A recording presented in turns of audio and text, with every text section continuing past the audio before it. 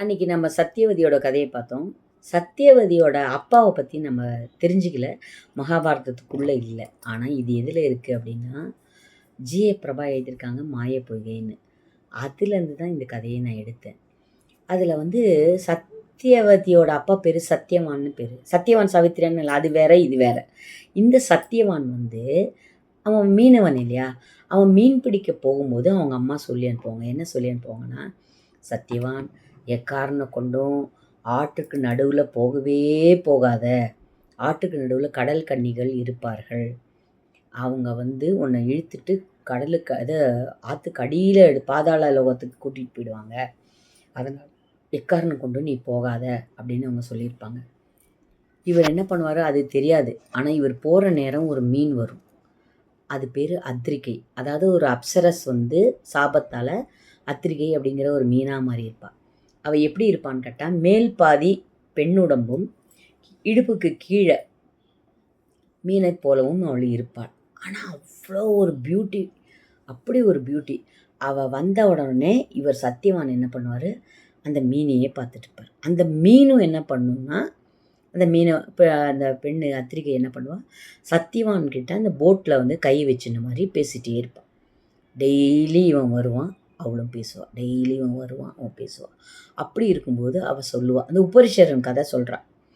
வந்து சத்யவான் கிட்ட சொல்லுவான், நான் வந்து சீக்கிரமாக வந்து இந்த இடத்த விட்டு போயிடுவேன். ஏன்னா நான் இப்போ நிறைய மாத கர்ப்பிணியாக இருக்கேன் அப்படின்னு சொல்லுவாள். ஆனால் இவங்க 2 பேருக்குள்ளேயும் காதல் இருந்தது. அதை வந்து அது சொல்கிறாரு, அந்த கதையில் சொல்கிறாங்க. அத்திரிகையும் சத்யவானும், சத்யவதியோட அப்பாவும் காதல் இருப்பாங்க. அதாவது எப்படின்னா 2 பேரும் பேசுவாங்க, வருவாங்க. நான் வந்து ஒரு தேவ கன்னிகை, உன்னை வந்து நான் மணக்க முடியாது. ஆனால் என் மேலே வந்து உள்ளார்ந்த அன்போடு இருக்கிறதுனால நான் உங்களோட பேசுகிறேன் அப்படின்னு சொல்லிட்டு அவள் சொல்லுவாள். எப்படி இந்த மாதிரி ஆச்சுங்கும்போது அதை தான் அந்த உபரிஷரன் கதை சொல்லுவாங்க. உபரிஷரன் யாருன்னா, அவன் பேர் வசுமனஸ்ன்னு பேர். அவன் வந்து இந்திரனுக்கு ரொம்ப ஃப்ரெண்டாக இருப்பான். அதனால் இந்திரன் வந்து மனம் மகிழ்ந்து அவர்களோட தேவாசுர யுத்தத்தில் அவனை ஹெல்ப் பண்ணியிருப்பான்.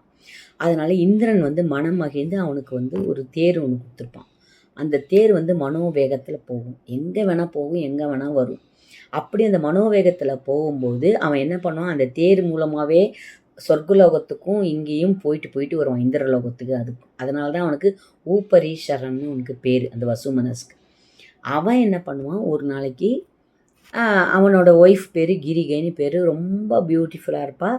அந்த கிரிகையோடு அவன் வந்து இருக்கும்போது கிரிகை சொல்லுவாள், அப்பா இன்றைக்கி நான் வந்து குளித்து 4வது நாள் ஆகிருக்கு. அதாவது அவன் அந்த காலத்தில் எப்படின்னு கேட்டால், குளித்து அதாவது தீட்டு ஆகி மாத விலக்காகி 4ஆம் நாள் அன்று கணவனோட இருக்கணும் அப்படின்னு ஒரு விதி இருக்குது. அந்த விதிப்படியே என்ன சொல்லுவாள், இன்று நான் தீட்டுக்கு முடிந்து நான் 4வது நாள் குளித்து ரெடியாக இருக்கேன் நான் அப்படின்னோடனே, சரி நான் ஞாபகமாக வந்துடுறேன் அப்படின்னு இவரும் சொல்லுவார்.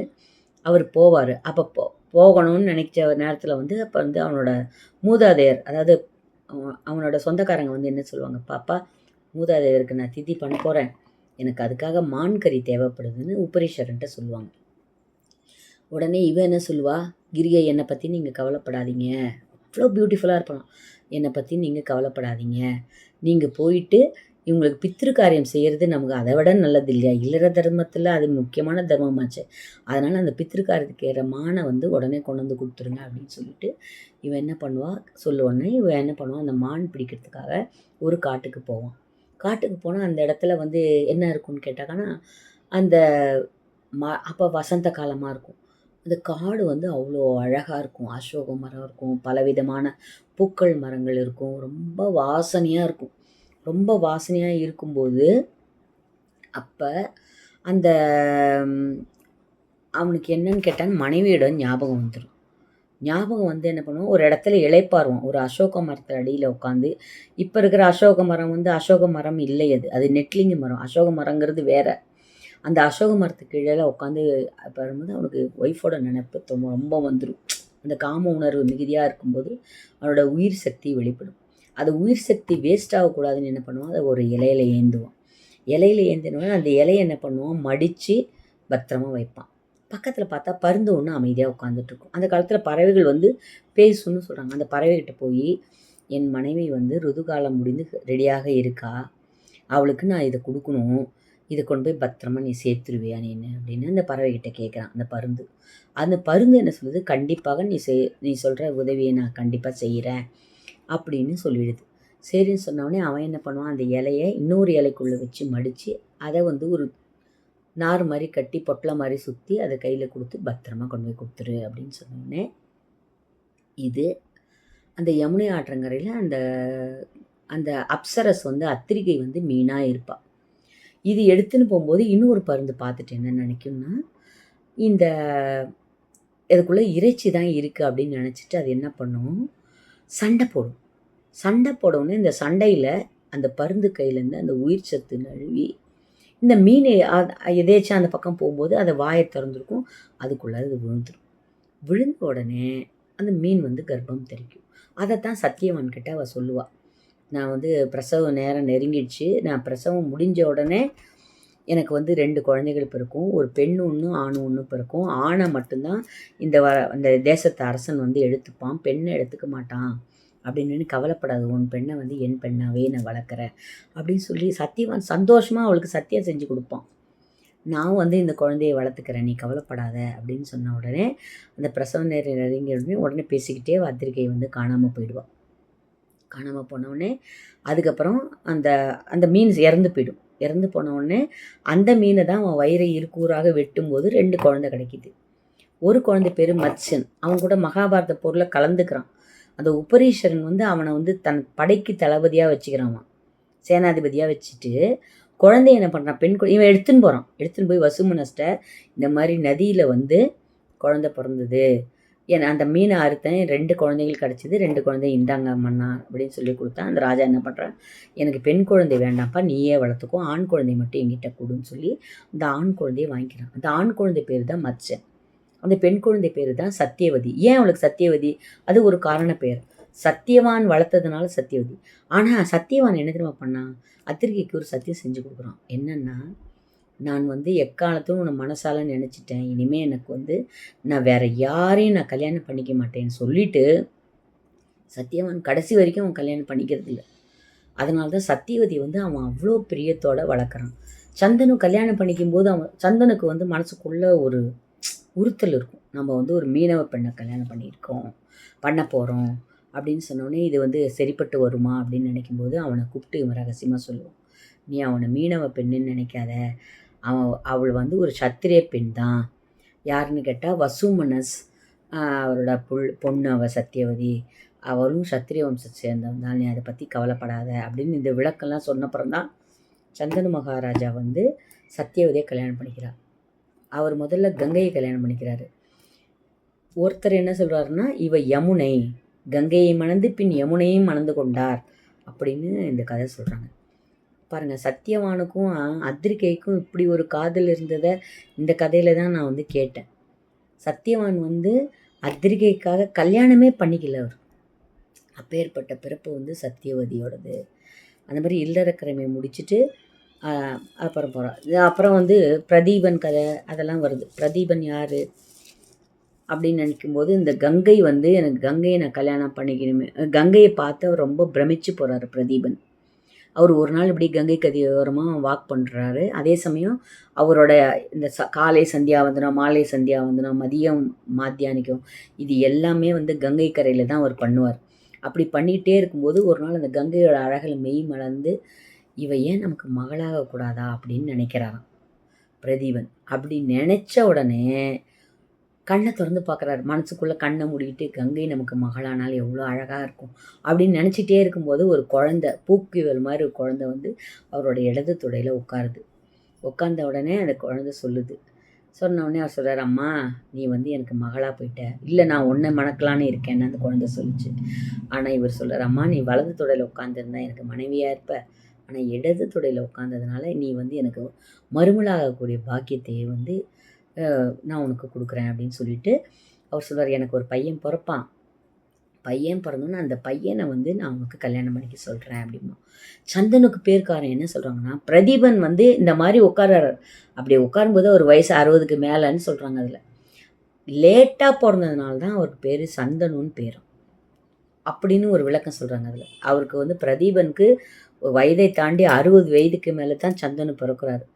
சந்தனு பிறந்தோடனே சாகும்போது சந்தனுக்கிட்ட சொல்கிறார், அப்பா நீ கங்கை கரையோரமாக போனீன்னா ஒரு பெண் வருவா, உன்னை மணக்க விருப்பமானவ கேட்பா, அவளை நீ கல்யாணமாக பண்ணிக்கோ. ஆனால் எந்த கேள்வியும் அவளை கேட்காத, அவன் நிபந்தனைகள் பல போடுவா. நிபந்தனைகள் போட்டாங்கன்னா சரி சரின்னு கேட்டுட்டு அவளை எந்த கேள்வியும் கேட்காம அவளை வந்து மணந்து கொள்வாயாக.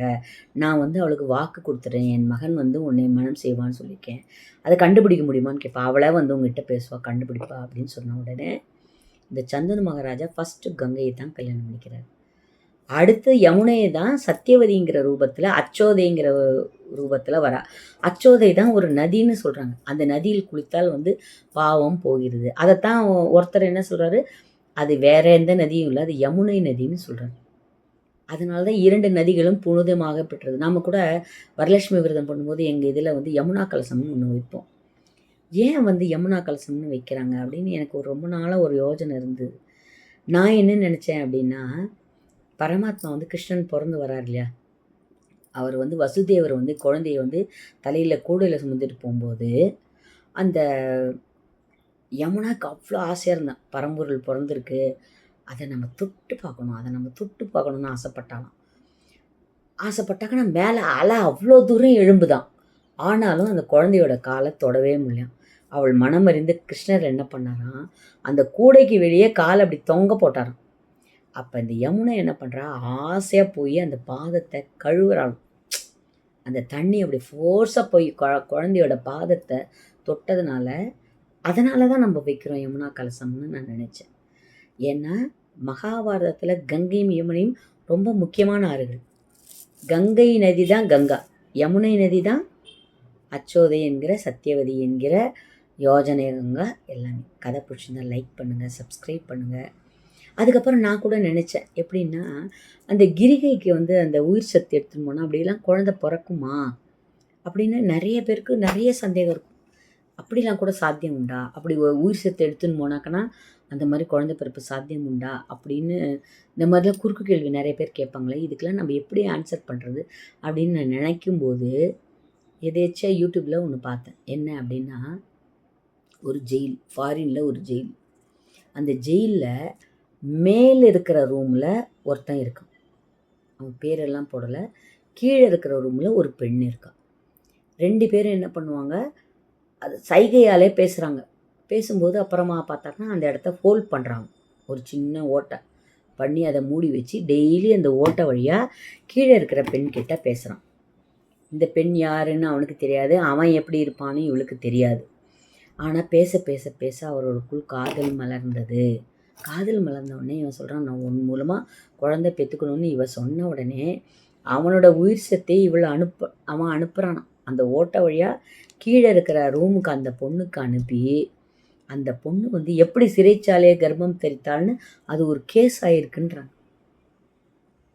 இப்போ நிறைய பேருக்கு சந்தேகம், சகரனுக்கு 1000 பசங்க, 1000 பசங்களையும் எரிச்சுதான் கதை வருது, அந்த மாதிரி இருக்கா?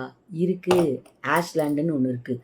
பூமியை நேராக குடஞ்சி கீழே போனால் பாதாள லோகம்னு மகாபாரதம் சொல்லுது. அந்த 7 லோகம் போட்டிருப்பாங்க, சுவர் லோகம், புவர் லோகம், இந்திரலோகம், அந்த மாதிரி ஒரு 7 லோகத்தில் கீழே கடைசியில் வருது பாதாள லோகம். இவங்க என்ன சொல்கிறாங்க, பூமியை நேராக ட்ரில் பண்ணால் கடைசியாக ஸ்ட்ரைட்டாக கீழே கிடைக்கிறது பாதாள லோகம். பாதாள லோகம்ங்க இங்கே இன்றைக்கி ஆஸ்திரேலியாவோ ஏதோ ஒரு கண்ட்ரி சொல்லுவாங்க, அந்த இடத்துல ஆஷ்லேண்டுன்னு இருக்கான், ஃபுல்லாக ஆஷஸ். அந்த தீவு முழுக்க பார்த்தாங்கன்னா எங்கும் சாம்பல் நிறைந்துள்ளது. மகாபாரதம் சொல்கிறது எதுவுமே பொய் இல்லை அப்படி. இவங்க ஏலியன்றாங்க. ஏலியன் என்ன, மனிதர்களை பலவிதே சொல்கிறாங்க. கிண்ணறர்கள், கிம்புருஷல், வாழக்கிளியர்கள்னு சொல்கிறாங்க. ரொம்ப கட்டவரல் சைஸுக்கு தான் இருப்பாங்க, வாழக்கிளியர் கட்டவரல் சைஸ். அப்படிலாம் ஜனங்கள் இருந்தாங்களான்னா நம்ம இப்போவும் ஏலியன் படம் நிறையா பார்க்குறோம். ஏலியன் வந்து இத்தினூண்டு இருக்குது, குதிச்சு ஒரு இடத்துலேருந்து இன்னொரு இடத்துக்கு போகுது, அது நம்மளாம் பார்த்துட்டு தான் இருக்கோம். அந்த மாதிரி ஜனங்கள்லாம் இருந்தார்கள் அப்படின்னு மகாபாரதத்தில் சொல்கிறாங்க. கட்டை விரல் சைஸுக்கு இருந்தாங்க, பிரம்மாண்டமாக இருந்தாங்க. பாம்பில் வந்து பலவித பாம்பு இருக்குது. வெண்ணிற பாம்பு இருக்குமா அப்படின்னு நான் நினச்சேன். அந்த பாம்பை வந்து வெரைட்டியாக சொல்லுவாங்க பாருங்கள். தக்ஷகன் கதை சொல்லும்போது ஒன்று சொல்லுவாங்க. மத்த கடைஞ்சது வாசுகி, அதுக்கப்புறம் பரீட்சித்தை கடிச்சது தக்ஷகன், நளனை கடிச்சது கார்கோடகன். அந்த பாம்பில் அவ்வளோ வெரைட்டி சொல்கிறாங்க. இப்போ அமேசானில் அவங்க சொல்கிறாங்க, அமேசான் காடுகளில் வெள்ளை நிற நதி, வெள்ளை நிற அந்த அமேசான் நதியில் வெள்ளை நிற மிக பிரம்மாண்டமான பாம்பு கண்டுபிடிச்சிருக்காங்க. எல்லாமே மகாபாரதத்தில் சொன்னது எல்லாமே அப் டு டேட் இன்றைக்கும் இருக்குது. ஏன் நம்ம மகாபாரதம் படிக்கணும்? திரும்பவும் சொல்கிறேன், நம்ம பண்ணிய பாவங்கள் தொலையும். இன்னொன்று, மகாபாரதம் இன்னும் சொல்லக்கூடிய ஒரு அருமையான விஷயம் என்ன தெரியுமா? நாம் ஒருத்தர் மேலே அன்பு வைக்கிறோம், அவங்க பதிலுக்கு நம்ம மேலே அன்பு வைக்கிறாங்க. பிரதிபகாரம் எதிர்பார்த்த அன்பு தான். இப்போ தாய் குழந்தைகளிடம் அன்பாக இருப்பது இயல்பு, தந்தை குழந்தைகளிடம் அன்பாக இருப்பது இயல்பு, சகோதர சகோதரி இயல்பாக இருப்பது அன்பு. ஆனால் கிருஷ்ணன் இருக்காரே, ஏன் நம்ம கிருஷ்ணன் படிக்கணும்? அவர் தன்னை வெறுத்தவங்களுக்கும் தன்னை சாகணும்னு நினச்சவங்களுக்கு கூட அன்பாக இருந்தார். எப்படி இருந்தார்? எல்லாரும் மகாபாரத போர் முடிஞ்சு எல்லாருக்கும் நீர்க்கடன் கொடுக்குறாங்க. நீர்க்கடன் கொடுக்கும்போது அந்த முதல் பிண்டம் பித்திருக்களுக்கு வைக்கணும். அப்படி வைக்கும்போது அவர் சொல்கிறார், அந்த முதல் மரியாதை சகுனிக்கு கொடுக்கணும்னு சொல்கிறார். தர்மனுக்கு அப்படியே ஆச்சரியமாகுது. பீஷ்மருக்கு கொடுன்னு சொல்லுவார், இல்லை வேறு யாருக்காவது கொடுன்னு சொல்லுவார், சல்யனுக்கு கொடுன்னு சொல்லுவார் அப்படின்னு நினச்சா கண்ணன் அங்கேருந்து சொல்கிறான், சகுனிக்கு தான் கொடுக்கணும் அப்படின்னு. ஏன்னு கேட்குறான். அவன் அந்த குலத்தை அழிக்கணுங்கிறத இது தவிர வேறு எந்த நினைப்புமே அவன் இல்லை. அவன்தான் முழுமையாக உண்மையாக வேலை செஞ்சான் அப்படின்னாங்க. ஏன் அவன் சகுனிக்கு ஏன் அவர் ரெஃபர் பண்ணுறாருன்னு இவங்களுக்குலாம் ஆச்சரியம். சொன்னான், 24 மணி நேரமும் என்னையே நினச்சிட்டு இருக்கிறவன், ஆனால் உண்மையில் பகை இருந்தால் கூட அவன் பிறப்போட நோக்கத்தை அவன் முழுசாக நிறைவேற்றிட்டு தான் போனான். அதனால் முதல் கடன் சகுனிக்கு தான் கொடுக்கணும்னு கண்ணன் சொல்கிறார். கண்ணன் கிட்டேருந்து நாம் கற்றுக்க வேண்டிய விஷயம் என்னென்னா, நம்ம மேலே பிரியமே இல்லாதவங்களுக்கு கூட அன்பு வைக்க முயற்சி செய்யணும். நம்மளால் அது முடியவே மாட்டேங்குது. உனக்கு பிடிக்கலன்னொன்னே நம்ம முகமும் பிடிக்காத மாதிரி ஆகிடுதே தவிர, பிடிக்காதவங்கள பிடிக்க வைக்கணும் அப்படின்னு நம்ம நினைக்கிறது இல்லை. ஏன் நம்ம யாருக்காக கேட்டால் நம்ம ஆகும்னா இது பேசுகிறோம். நம்ம ஏன் இன்னொருத்தருக்கு நம்மளை அன்பை நிரூபிக்கணும்? ஏன் நிரூபிக்கக்கூடாது? இப்படிலாம் கேட்குறோம். பலன் எதிர்பார்த்து வருவது அன்பு இல்லை. உன்னை பிடிக்காதவங்கள்ட்டையும் உன்னைய நம்மளை சித்திரவதை செய்யணும், கொலை பண்ணணும், இல்லை பலவித கஷ்டத்துக்கு உள்ளாக்கணும்னு நினைக்கிறவங்க மேலே வைக்கிறது தான் உண்மையான அன்புன்னு கிருஷ்ணர் சொல்கிறார். நன்றி, வணக்கம்.